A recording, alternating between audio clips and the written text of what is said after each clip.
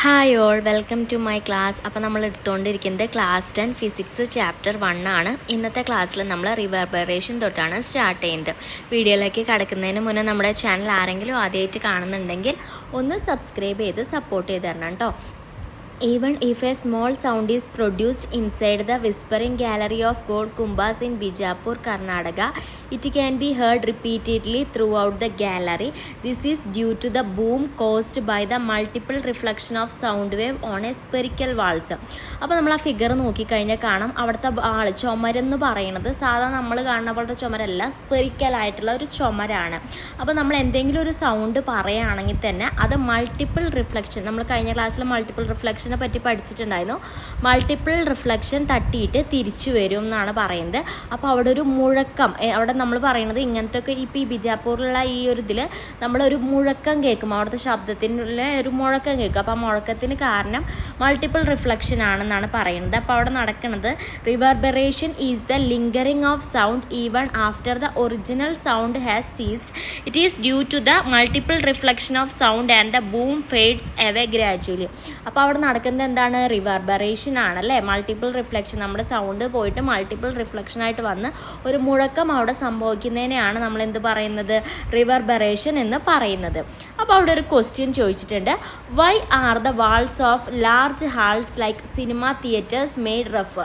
നമ്മൾ തിയേറ്ററിലൊക്കെ പോയി കഴിഞ്ഞാൽ നിങ്ങൾ ശ്രദ്ധിച്ചിട്ടുണ്ടോ, തിയേറ്ററിൻ്റെ വാൾ കുറച്ച് റഫായിട്ടുള്ള മെറ്റീരിയൽ വെച്ചിട്ടാവും ഉണ്ടാക്കിയിട്ടുള്ളത്. എന്താണ് കാരണം? കഴിഞ്ഞ ക്ലാസ്സിൽ നമ്മൾ പറഞ്ഞു സൗണ്ട് റിഫ്ലക്റ്റ് ചെയ്യുന്നത് ഏതിലാണ് കൂടുതൽ? നമ്മൾ സ്മൂത്ത് സർഫസിലാണ് കൂടുതൽ. ഏതിനേക്കാൾ കൂടുതൽ? റഫ് സർഫസിനേക്കാൾ കൂടുതൽ. അപ്പോൾ നമ്മൾ തിയേറ്ററിൽ സിനിമ കാണാനിരിക്കുമ്പോൾ ഈ കേട്ട ശബ്ദം തന്നെ വീണ്ടും നമ്മുടെ ഇതിലേക്ക് കേൾക്കുകയാണെങ്കിൽ നമുക്ക് സിനിമ കാണാൻ ഒരു സുഖം ഉണ്ടാവുമോ? ഇല്ല, സുഖം ഉണ്ടാവില്ല. അപ്പോൾ നമുക്ക് കറക്റ്റായിട്ടുള്ള ഓഡിയോ കിട്ടാൻ വേണ്ടിയിട്ടും അതേപോലെ തന്നെ ഇതേപോലത്തെ റിഫ്ലക്ഷൻ ഇല്ലാണ്ടിരിക്കാൻ വേണ്ടിയിട്ടുമാണ് അവിടെ എന്തുണ്ടാവുന്നത്? റഫ് സർഫസ് കൊടുത്തിട്ടുള്ളത്. അപ്പോൾ അതിൻ്റെ ആൻസർ നോട്ട് ചെയ്തോളൂ. To reduce echo and sound reflection. To reduce echo and sound reflection. ഇനി അവിടെ ചോദിച്ചിട്ടുള്ളത്, can a person with normal hearing ability hear all sounds?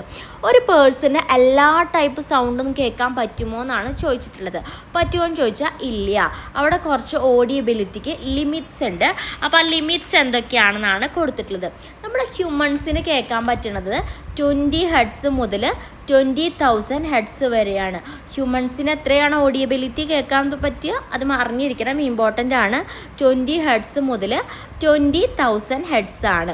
ഇനി ഇൻഫ്രാസോണിക് സൗണ്ട് എന്ന് പറയുന്നത് ലെസ് ദാൻ 20 ഹെഡ്സിനെയാണ് ഇൻഫ്രാസോണിക് സൗണ്ട് എന്ന് പറയുന്നത്. അപ്പം തന്നെ പഠിച്ചിരിക്കേണ്ട ഒന്നാണ് ultrasonic sound. Greater than 20,000 hertz, 20,000 ആണ് കേട്ടോ. ഗ്രേറ്റർ ദാൻ 20,000 ഹെഡ്സിനെയാണ് നമ്മൾ അൾട്രാസോണിക് സൗണ്ട്സ് എന്ന് പറയുന്നത്. അതൊക്കെ കേൾക്കാൻ പറ്റുന്നതാണ് ഡോഗിന് എന്തൊക്കെ കേൾക്കാം? ഡോഗ്സിന് കേൾക്കുന്നത്, ഹ്യൂമൻസിന് കേൾക്കുന്നത് കൂടാണ്ട് അൾട്രാസോണിക്കും കേൾക്കാം. പിന്നെ പീജിയൻസിന് എന്താണ്? ഇൻഫ്രാസോണിക് കേൾക്കാം. പിന്നെ മോത്സിനാണെങ്കിൽ എന്താണ്? കുറച്ച് അൾട്രാസോണിക്കും കേൾക്കാം, കുറച്ച് നമ്മുടെ ഹ്യൂമൻ ഇതുള്ളത് കേൾക്കാം.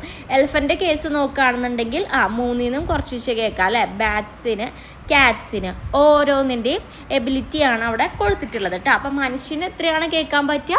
20 to 20,000 ഹെഡ്സ്. ഇൻഫ്രാസോണിക് സൗണ്ട് എന്ന് പറയുന്നത് less than 20 hertz. Ultrasonic sound എന്ന് പറയുന്നത് ഗ്രേറ്റർ ദാൻ 20,000 ഹെഡ്സ്. അപ്പോൾ ഇത്രയും കാര്യങ്ങൾ അവിടെ നിന്ന് മനസ്സിലാക്കി വെക്കാം. ഇനി നമ്മളടുത്ത് പറയുന്നത്, the frequency of sound produced in a Galton whistle used for training dog is about 30,000 hertz. നമ്മളെ ഡോഗ്സിനെ ട്രെയിൻ ചെയ്യാൻ യൂസ് ചെയ്യുന്ന വിസിലിൻ്റെ ഫ്രീക്വൻസി എന്ന് പറയുന്നത് എത്രയാണ്? 30,000 ഹെഡ്സ് ആണ്. Can human hear the sound of Galton whistle? ഹ്യൂമൻസിന് കേൾക്കാൻ പറ്റുമോ? ഇല്ല, നോ എന്നാണ് ആൻസർ. കാരണം എന്താണ്? ഹ്യൂമൻസിന് കേൾക്കാൻ പറ്റുന്ന റേഞ്ച് ഞാൻ പറഞ്ഞു, 20 ഹെഡ്സ് മുതൽ 20,000 ഹെഡ്സ് ആണ്. There are high and low frequency sound in nature, but humans cannot hear the sound of all frequency. That is, there is a limit to the range of frequency of sound what humans can hear. For a person with normal hearing, the lower limit of audible sound is about 20 Hz and the upper limit is 20,000 Hz. Sound with a frequency below 20 Hz is infrasonic. Sound with a frequency more than 20,000 is ultrasonic. ഞാൻ പറഞ്ഞ കാര്യങ്ങൾ തന്നെയാണ് കേട്ടോ.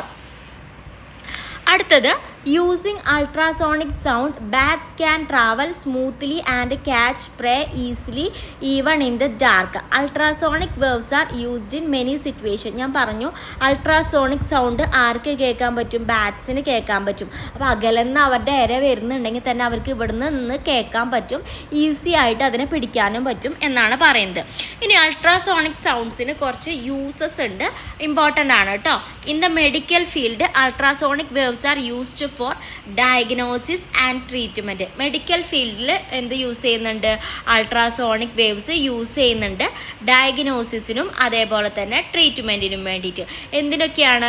To crush small stones in the കിഡ്നീസിലെ stones ഇല്ലാതാക്കാൻ വേണ്ടിയിട്ട്. പിന്നെ ഫിസിയോതെറാപ്പിയിൽ യൂസ് ചെയ്യുന്നുണ്ട്. പിന്നെ images of internal organs such kidney, liver, gall bladder, uterus, ഇതിൻ്റെയൊക്കെ ഇമേജസ് ക്യാപ്ചർ ചെയ്യാൻ വേണ്ടിയിട്ടും അൾട്രാസോണിക് വേവ്സ് യൂസ് ചെയ്യുന്നുണ്ട്. Ultrasonic waves that travel through body tissues strike and reflect at areas of varying density in the tissues. These waves are converted into electrical signals to form an image of the organ. This technique is ultrasonography. എന്താണ് sonography എന്നാണ് അവിടെ പറഞ്ഞിട്ടുള്ളത്. അപ്പോൾ നമ്മുടെ human ടിഷ്യൂസിൽ കൂടെ എന്ത് ചെയ്യും? നമ്മുടെ അൾട്രാസോണിക് വേവ്സ് പാസ് ചെയ്ത് പോയിട്ട് റിഫ്ലക്റ്റ് ചെയ്യുന്നുണ്ട് അല്ലേ? എന്നിട്ട് നമ്മുടെ ഇലക്ട്രിക് സിഗ്നലായിട്ട് കൺവേർട്ട് ചെയ്തിട്ട് ഒരു ഇമേജ് ഫോം ചെയ്യും. എന്തിൻ്റെ ഇമേജ് നമുക്ക് കിട്ടുക? ഓർഗൻ്റെ ഇമേജ് കിട്ടും. ആ ഒരു പ്രോസസ്സിനെ പറയണതാണ് അൾട്രാസോണോഗ്രഫി എന്ന് പറയുന്നത് കേട്ടോ. അടുത്തത് for cleaning spiral tubes, irregular machine parts, electronic components etcetera. ഇതൊക്കെ ക്ലീൻ ചെയ്യാൻ വേണ്ടിയിട്ടും എന്ത് യൂസ് ചെയ്യുന്നുണ്ട്? ഇത് യൂസ് ചെയ്യുന്നത്. പിന്നെ in the device called sonar which is used to find the distance to underwater jobs. Okay, സോണാറിലും യൂസ് ചെയ്യുന്നുണ്ട്. Okay, if an ultrasonic wave emitted by a transmitter installed on a ship on the surface of the water strikes a rock at the bottom of the sea and returns after 0.2 seconds, what is the distance from the ship to the rock? Consider the speed of the ultrasonic waves in seawater as 1522 metre per second. അപ്പോൾ ഇതിൽ distance ആണ് ചോദിച്ചിട്ടുള്ളത്, speed അവർ തന്നിട്ടുണ്ട്. എന്താണ് പറയുന്നത്? If an ultrasonic wave emitted by a transmitter installed on a ship on the surface of the water strike a rock at the bottom of the sea. സീയുടെ അടിയിൽ എന്ത് ചെയ്യാണ്? അൾട്രാസോണിക്സ് വേവ് ട്രാൻസ്മിറ്റർ എമിറ്റ് ചെയ്തിട്ടുള്ളത് എന്ത് ചെയ്യാണ്? Reflect surface of the water strike ചെയ്യുകയാണ്, ഒരു റോക്കുമേ strike ചെയ്യുകയാണ് ചെയ്യുന്നത്. എന്നിട്ട് അത് റിട്ടേൺ ചെയ്യുന്നുണ്ട്. എത്ര സെക്കൻഡിന് ശേഷം? 0.2 സെക്കൻഡിന് ശേഷം. അങ്ങനെയാണെന്നുണ്ടെങ്കിൽ അതിൻ്റെ ഡിസ്റ്റൻസ് ആണ് ചോദിച്ചിട്ടുള്ളത്. അപ്പോൾ നമ്മൾ കഴിഞ്ഞ ക്ലാസ്സിൽ നമ്മൾ ഇക്വേഷൻ പഠിച്ചിട്ടുണ്ടായിരുന്നു അല്ലേ? ഇപ്പോൾ നമുക്ക് റിഫ്ലക്റ്റ് ചെയ്ത് വരുന്നതുകൊണ്ട് ഡി അല്ല എടുക്കുക, 2D ആണ് എടുക്കുക. നോട്ട് ചെയ്യണം, പലരും ഡി എഴുതും, ഡി എഴുതരുത്, 2D. V equal to speed equal to distance by time, 2D/t. Okay, നമുക്കിതിൽ 2Dനെ ഇപ്പുറത്തേക്ക് കൊണ്ടുവരുമ്പോൾ എന്താവും? ലെഫ്റ്റ് സൈഡിൽ V ഉണ്ട്, ഈ /t അങ്ങോട്ട് പോകുമ്പോൾ ഇൻറ്റു T ആവും. നമുക്ക് Vയും തന്നിട്ടുണ്ട്, Tയും തന്നിട്ടുണ്ട് അല്ലേ? അപ്പോൾ എന്താ വരിക? V എന്ന് പറയണത് 1522 ആണ്, ഇൻറ്റു T എന്ന് പറയണത് എത്രയാണ്? 0.2 ആണ്. നിങ്ങൾ മൾട്ടിപ്ലൈ ചെയ്ത് നോക്കുക, ആൻസർ ഞാൻ പറഞ്ഞുതരാം. 2D എന്ന് പറയണത് 304.4 മീറ്റർ എന്ന് കിട്ടും. ഫൈനലി D എന്ന് പറയണത് എന്താ? /2 ചെയ്താൽ പോരെ? അപ്പോൾ /2 ചെയ്യുമ്പോൾ 152.2 മീറ്റർ എന്ന് കിട്ടും. ഓക്കെ, 2D നമുക്ക് എത്ര കിട്ടി? 2Dയുടെ ഇക്വേഷൻ എഴുതി സബ്സ്റ്റിറ്റ്യൂട്ട് ചെയ്തു, ആൻസർ ഇത് കിട്ടി. നമുക്ക് D ആണ് വേണ്ടത്. സോ D എന്ന് പറയുന്നത് 152.2 മീറ്റർ. സിമ്പിളായിട്ടുള്ള ഒരു പ്രോബ്ലം ആണ് കേട്ടോ.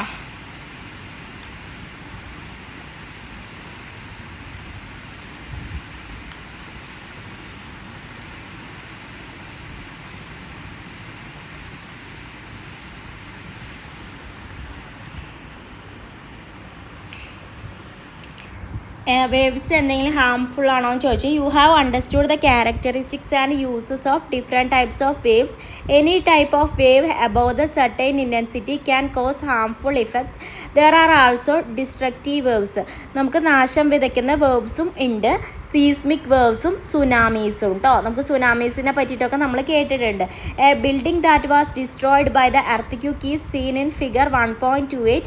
Earth often cause disaster. നമുക്കറിയാം ഭൂമികുലുക്കം സുനാമിയൊക്കെ നമുക്ക് നാശനഷ്ടം വരുത്തും.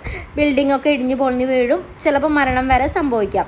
Seismic waves are those which travel through earth crust as a result of earthquakes. Earth ഭാഗമായിട്ട് എർത്ത് ക്രസ്റ്റിൽ ട്രാവൽ ചെയ്യുന്നതാണ് seismic waves. Volcanic eruptions and massive explosions. Seismology എന്ന് പറയുന്നത് is the study of seismic waves. Seismic വേവ്സിനെ പറ്റിയിട്ടുള്ള സ്റ്റഡീനെയാണ് എന്ത് പറയുന്നത്, സീസ്മോളജി എന്ന് പറയുന്നത്.